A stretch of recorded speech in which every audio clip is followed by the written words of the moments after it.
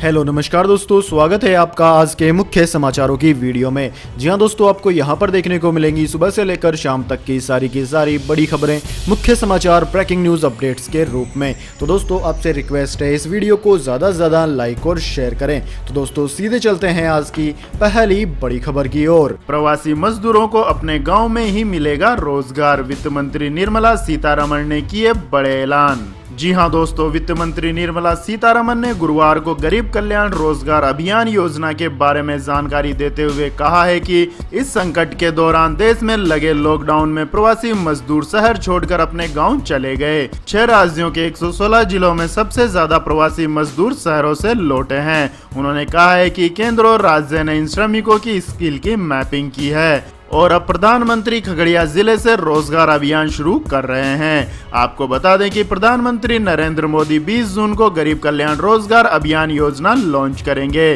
सीतारमण ने कहा है कि यह अभियान 125 दिन चलेगा। जन जीवन मिशन योजना, आवास योजना जैसी योजनाओं पर काम किया जाएगा। वित्त मंत्री ने कहा है कि हमने 25 तरह के काम तय किए हैं जो लोगों को दिए जाएंगे। तो दोस्तों, प्रवासी मजदूरों को इस प्रकार की योजनाओं की कितनी आवश्यकता है और केंद्र सरकार को क्या अन्य राज्यों के प्रवासी मजदूरों को भी इस प्रकार की योजना से लाभान्वित करना चाहिए, कमेंट करके अपनी राय दें। इसके बाद दोस्तों जानते हैं अगली बड़ी खबर। मणिपुर में सियासी हलचल, डिप्टी सीएम समेत 6 विधायकों के इस्तीफे के बाद कांग्रेस ने सरकार बनाने का दावा किया पेश। जी हां दोस्तों, मणिपुर में भाजपा की गठबंधन वाली सरकार पर संकट मंडराने लगे हैं। Deputy CM Y Joykumar Singh समेत 6 विधायकों के इस्तीफे के बाद कांग्रेस ने राज्यपाल से मिलकर फ्लोर टेस्ट कराने की मांग की है और कांग्रेस ने पूर्व मुख्यमंत्री ओकराम इबोबी सिंह को अपना नया नेता चुना है। कांग्रेस प्रवक्ता ने कहा है कि मणिपुर में जल्द ही 3 बार के मुख्यमंत्री रह चुके इबोबी सिंह नए मुख्यमंत्री होंगे। प्रवक्ता भूपेंद्र ने भाजपा सरकार की आलोचना करते हुए कहा है कि सरकार का गिरना भगवा पार्टी के पतन का प्रतीक है। तो दोस्तों आपको क्या लगता है, मणिपुर में कांग्रेस सरकार बना लेगी? कमेंट करके अपनी राय दें। इसके बाद दोस्तों जानते हैं अगली बड़ी खबर। सरकार का चीनी कंपनी पर सख्त एक्शन, रेलवे ने खत्म किए 471 करोड़ रुपए का करार। जी हां दोस्तों, चीन के खिलाफ अब सरकार ने सख्त कदम उठाने शुरू कर दिए हैं। इसकी शुरुआत भी भारतीय रेलवे ने की है, जिसकी एक सहयोगी कंपनी ने चीनी कंपनी से अपना 471 करोड़ रुपए का करार खत्म कर लिया है। गलवान घाटी में 20 सैनिकों के शहीद होने से पूरे देश में चीन के खिलाफ काफी गुस्सा है और बाइकआउट चीन का नारा हर जगह बुलंद हो रहा है। आपकी जानकारी के लिए बता दें दोस्तों, भारतीय रेलवे के dedicated front corridor corporation of India ने Beijing national railway research and design institute of signal and communication group company limited से 2016 में एक करार किया था। इसके तहत कानपुर और दीनदयाल उपाध्याय रेलवे स्टेशन के सेक्शंस के बीच 417 किलोमीटर लंबे ट्रैक पर सिग्नल सिस्टम लगाना था, जिसे भारतीय रेलवे ने खत्म करने का ऐलान किया है। इसके बाद दोस्तों रुक करते हैं अगली बड़ी खबर का। चीन से तनातनी के बीच रूस से 33 लड़ाकू विमान खरीदेगी वायुसेना।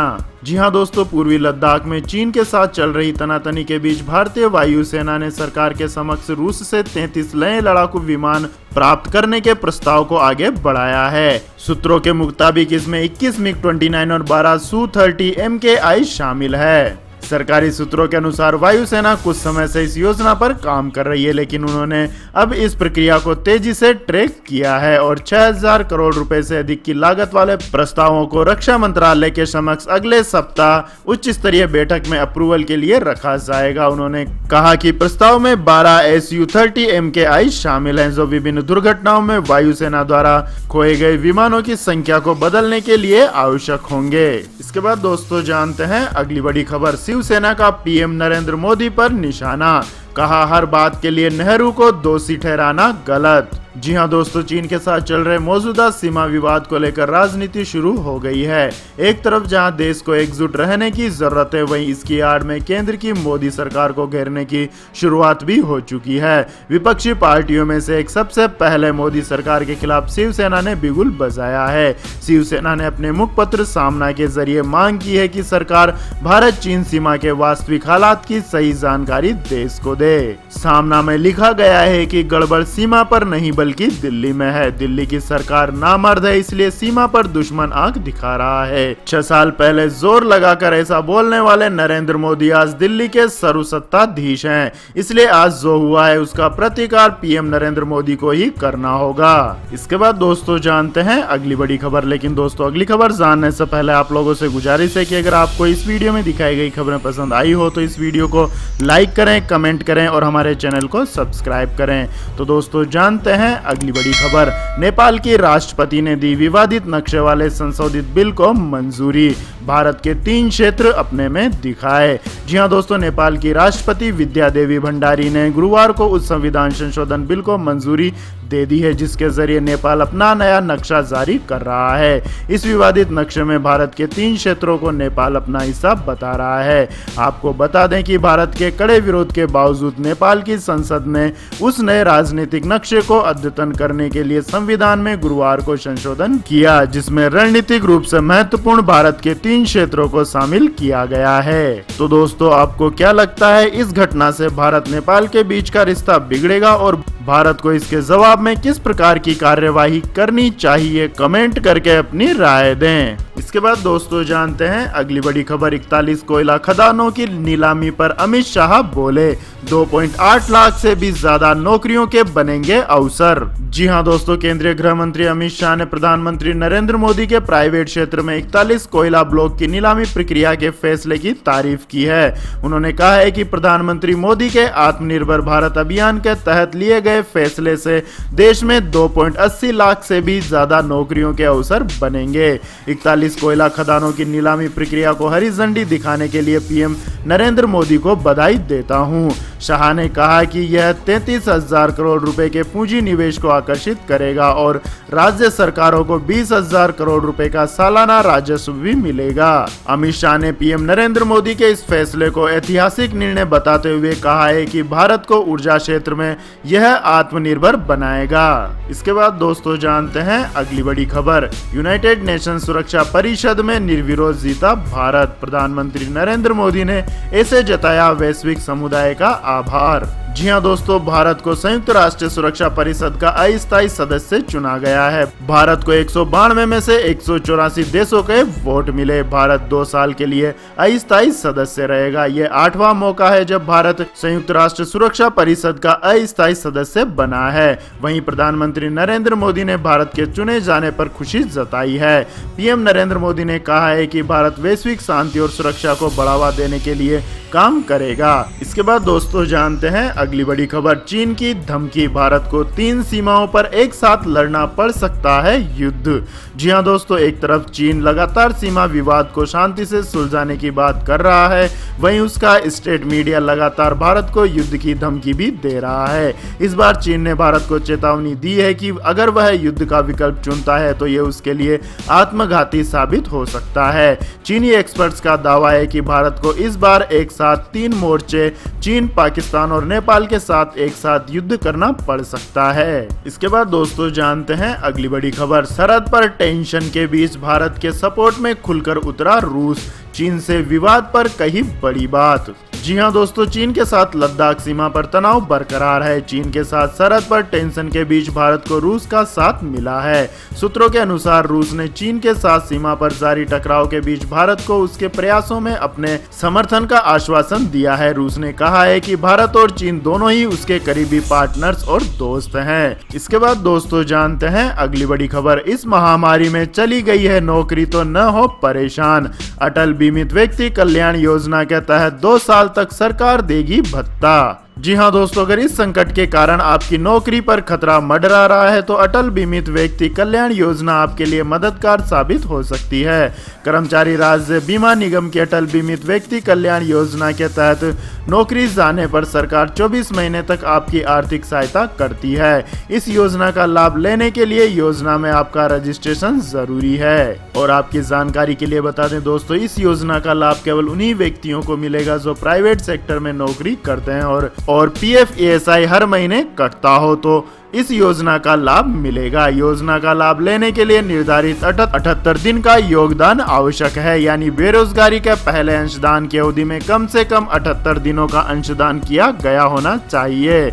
इस स्कीम के तहत राहत के लिए क्लेम बेरोजगार होने के 3 महीने बाद देय होगा और इस स्कीम के तहत बेरोजगार व्यक्ति को उसके पिछले 90 दिनों की औसत आय के 25% के बराबर पैसा दिया जाएगा। तो दोस्तों, केंद्र सरकार की यह योजना आपको कैसी लगी, कमेंट करके अपनी राय दें। इसके बाद दोस्तों जानते हैं आज के मौसम अपडेट्स। दिल्ली में 3-4 दिन पहले पहुंचेगा मानसून, जाने देश के अन्य राज्यों का क्या है हाल। जी हाँ दोस्तों, उत्तर प्रदेश में मानसून जल्द ही दस्तक दे सकता है। मौसम विभाग के मुताबिक दिल्ली एनसीआर में 22 से 23 जून के बीच मानसून आने की संभावना जताई जा रही है। इसके बाद पूरे उत्तर भारत में मानसून पूरी तरह फैल जाएगा। मौसम विभाग ने जानकारी देते हुए कहा है कि दिल्ली एनसीआर में आमतौर पर मानसून 27 जून को पहुंचता है। हालांकि उम्मीद है कि समय से 2-3 दिन पहले ही मानसून दिल्ली एनसीआर में पहुंच जाएगा। इसके अलावा दोस्तों, पश्चिम बंगाल और इसके आसपास मंडरा रहा एक चक्रवाती परिसंचरण 19 से 20 जून को दक्षिण पश्चिमी उत्तर प्रदेश की ओर बढ़ेगा। मौसम विभाग ने जानकारी देते हुए बताया है कि उत्तर प्रदेश, दिल्ली, उत्तराखंड, राजस्थान और हरियाणा के कई इलाकों में 22 से 23 जून तक पहुंचने वाले मानसून से राहत मिलेगी। इसके बाद दोस्तों जानते हैं आज के पेट्रोल और डीजल के भाव। तो दोस्तों, लगातार 12वें दिन बढ़े पेट्रोल और डीजल के दाम। जी हाँ दोस्तों, लॉकडाउन के बाद महंगाई आपको पहले से ज्यादा परेशान करने वाली है। जब से लॉकडाउन खुलना शुरू हुआ है तभी से पेट्रोल डीजल के दामों में लगातार बढ़ोतरी की जा रही है। अंतर्राष्ट्रीय बाजार में कच्चे तेलों के दामों में गिरावट के बावजूद आज 12वें दिन भी तेल मार्केटिंग कंपनियों ने कीमतों में इजाफा कर दिया।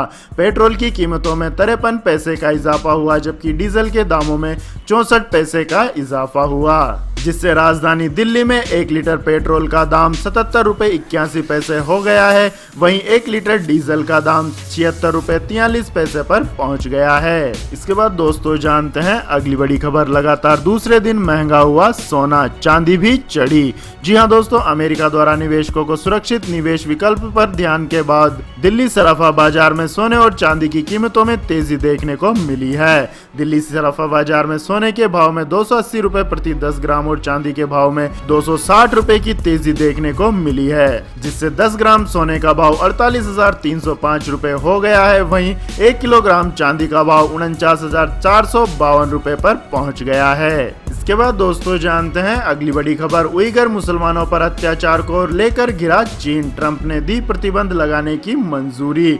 जी हाँ दोस्तों, चीन के उइगर मुसलमानों पर उत्पीड़न के मामले में अमेरिका ने सख्त रुख अपनाया है।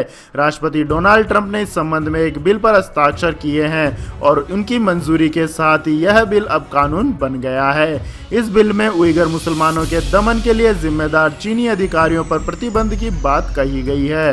प्रतिनिधि सभा और सीनेट ने विधेयक उइगर मानवाधिकार नीति अधिनियम 2020 मई में राष्ट्रपति को भेजा था। बुधवार को जारी एक बयान में ट्रंप ने कहा है कि यह कानून मानवाधिकारों का उल्लंघन, चीन में उइगर और अन्य अल्पसंख्यकों की जातीय पहचान और धार्मिक विश्वासों को मिटाने, उन्हें उत्पीड़न करने, उनसे जबरन श्रम करवाने वालों को जवाबदेही ठहराता है। यह कानून चीनी कम्युनिस्ट पार्टी द्वारा उइगर और अन्य मुस्लिम अल्पसंख्यकों के साथ किए जा रहे व्यवहार की निंदा करता है और चीन के सिंजियांग प्रांत के शिविरों को बंद करने का आह्वान भी करता है, जहां पर संयुक्त राष्ट्र का मानना है कि इन शिविरों में 10 लाख से अधिक मुस्लिमों को हिरासत में रखा गया है। इसके बाद दोस्तों जानते हैं अगली बड़ी खबर। सुशांत सिंह को आत्महत्या के लिए उकसाने को लेकर सलमान खान और करण जौहर पर पटना में हुआ केस दर्ज। जी हाँ दोस्तों, बिहार निवासी और बॉलीवुड एक्टर सुशांत सिंह राजपूत खुदकुशी मामले में मुजफ्फरपुर के बाद अब पटना में भी केस दर्ज किया गया है। स्वर्ण सेना के राष्ट्रीय अध्यक्ष भागवत शर्मा पटना के सीजेएम कोर्ट में सलमान खान और करण जौहर के खिलाफ केस दायर किया। सलमान खान और करण जौहर पर बिहार निवासी और बॉलीवुड एक्टर सुशांत सिंह राजपूत को हत्या के लिए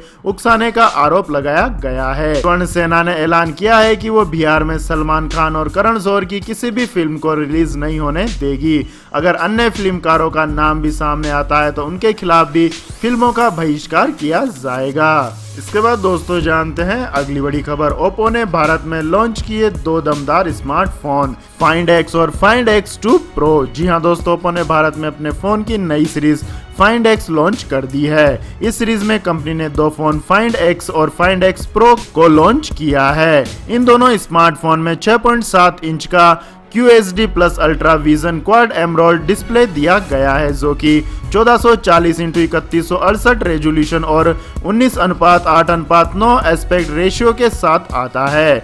फोन की स्क्रीन 120 हर्ट्ज रिफ्रेश रेट के साथ पेश की गई है, जो कि QHD रेजोल्यूशन के साथ आएगी। स्क्रीन के लेफ्ट साइड में एक छोटा सा पंच होल केट आउट दिया गया है, जहां पर फोन का फ्रंट कैमरा मौजूद है। इसका स्क्रीन टू बॉडी रेशो 93.1% है। तो यह थी दोस्तों आज की सभी महत्वपूर्ण बड़ी खबरें। तो दोस्तों आपको हमारा ये वीडियो कैसा लगा कमेंट करके जरूर बताएं और हमारे इस वीडियो को अधिक से अधिक लाइक और शेयर करें। साथ ही हमारे चैनल को सब्सक्राइब करके बेल आइकन का बटन भी दबा लें। धन्यवाद। जय हिंद, जय भारत, वंदे मातरम।